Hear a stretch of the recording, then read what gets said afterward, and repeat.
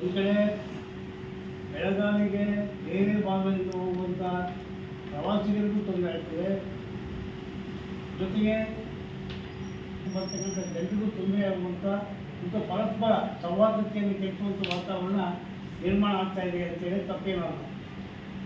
ಇಲ್ಲಿ ಗಡಿ ಭಾಗದಲ್ಲಿ ಕನ್ನಡ ಕ್ಷೀಣಿಸ್ತಾ ಇದೆ, ಜೊತೆಗೆ ಗಡಿ ಭಾಗದಲ್ಲಿರ್ತಕ್ಕಂಥ ಶಿಕ್ಷಣ ಸಂಸ್ಥೆಗಳು ಸರಿಯಾದ ರೀತಿಯಲ್ಲಿ ಕಾರ್ಯನಿರ್ವಹಿಸೋದಕ್ಕೆ ಸರ್ಕಾರಗಳು ಬಿಡ್ತಾ ಇಲ್ಲ ಅನ್ನುವಂಥ ಆಪಾದನೆ ಕೂಡ ಇದೆ.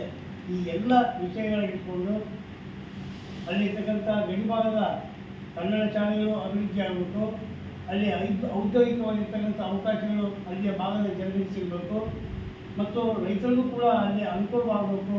ಹೀಗೆ ಅನೇಕ ಉದ್ದೇಶಗಳನ್ನು ಸರ್ಕಾರ ಗಮನಕ್ಕೆ ತರುವ ಸದುದ್ದೇಶದಿಂದ ನಾಳೆಯ ದಿನ ನಾವು ಸಾಂಕೇತಿಕವಾಗಿ ಹೋರಾಟದ ಮೊದಲ ಹಂತವಾಗಿ ಸಾಂಕೇತಿಕವಾಗಿ ಧರಣಿ ಸತ್ಯಾಗ್ರಹವನ್ನು ಮಾಡಿ ಕರ್ನಾಟಕ ರಾಜ್ಯ ಸರ್ಕಾರಕ್ಕೆ ಒತ್ತಾಯವನ್ನು ಸಲ್ಲಿಸೋದಕ್ಕೆ ನಗರದ ಉಪವಿಭಾಗಾಧಿಕಾರಿಗಳ ಮುಖಾಂತರ ಮನವಿಯನ್ನು ಸಲ್ಲಿಸುವಂಥ ಕಾರ್ಯಕ್ರಮವನ್ನು ಇಟ್ಕೊಂಡಿದ್ದೇವೆ. ಈ ಕಾರ್ಯಕ್ರಮಕ್ಕೆ ದಾವಣಗೆರೆ ಜಿಲ್ಲೆಯ ಎಲ್ಲ ಕನ್ನಡಪರ ಸಂಘಟನೆಗಳು, ಕನ್ನಡಪರ ಹೋರಾಟಗಾರರು, ವಿದ್ಯಾರ್ಥಿ ಜನರು ಮತ್ತು ಸಮಾನ ಮನುಷ್ಯರು ಈ ಒಂದು ಹೋರಾಟದಲ್ಲಿ ಭಾಗಿಯಾಗಬೇಕು ಅಂತೇಳಿ ಈ ಮೂಲಕ ನಾನು ಅವರಲ್ಲಿ ಮನವಿ ಮಾಡಿಕೊಳ್ತಾ ಇದ್ದೇನೆ.